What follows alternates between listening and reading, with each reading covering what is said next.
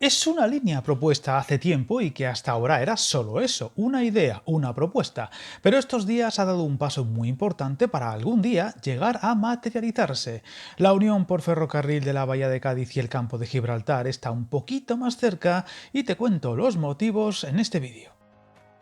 Ya hablamos de esta idea hace un tiempo en otro vídeo del canal, una propuesta surgida desde una plataforma que busca desarrollar distintos proyectos de transportes y que ahora ha cogido el relevo por parte del movimiento Sumar Cádiz, que a través de su diputada gaditana Esther Gil de Reboleño registrará en los próximos días una proposición no de ley en la Cámara Baja para su debate en la Comisión de Transportes, con la idea de fortalecer y modernizar las conexiones ferroviarias en la provincia de Cádiz, una línea que podría unir dos territorios de gran relevancia en todos los sentidos, pero sin conexión por tren, y que a través de esta iniciativa se instaría al Gobierno a autorizar e incluir en los próximos presupuestos generales del Estado los estudios informativos necesarios para empezar a hacer realidad este proyecto, que incluiría no solo conectar los dos territorios ya mencionados, sino incluso añadir un ramal hacia la línea de la Concepción, así como conectar la costa noroeste de Cádiz con la infraestructura ferroviaria hacia Sevilla. Viajar en tren nunca fue tan fácil. En trenes.com encuentra y reserva tus billetes de Renfe, Wigo, Irio y muchos otros países europeos. Vive experiencias únicas a bordo y recuerda, si vas sobre raíles, está en trenes.com.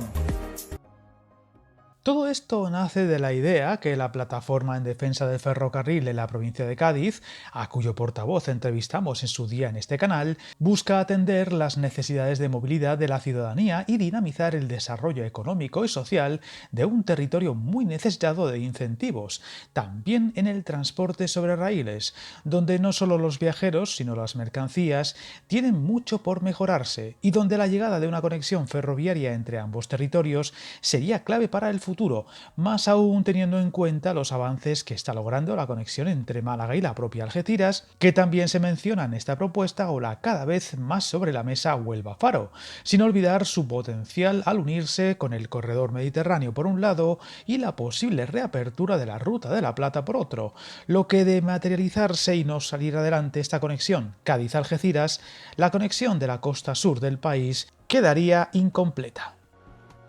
El proyecto buscaría impulsar el servicio ferroviario actual, público, social y sostenible, por cuyas líneas puedan transitar servicios de grandes distancias con buenos tiempos de viaje, servicios regionales, servicios de cercanías con paradas en el mayor número de localidades posibles y trenes de mercancías, iniciativa que se suma a la idea de aumentar las frecuencias en el núcleo de cercanías gaditano y llegar a trenes cada 15 minutos en horas punta y cada 30 minutos en horas valle, actualizando el parque móvil de los 6 trenes actuales a 8 y construyendo 3 nuevos apeaderos en Ifeca, Palos Blancos y Guadalcacín, en el término municipal de Jerez de la Frontera, sin olvidar la necesidad cada vez más imperiosa de mejorar los viajes entre Cádiz y Sevilla, buscando la circulación de un tren cada hora entre ambas ciudades, reforzando una conexión clave para la vertebración del territorio andaluz, y establecer 4 servicios diarios entre Cádiz y Madrid con la posibilidad de aumentar estos servicios en periodos de alta demanda.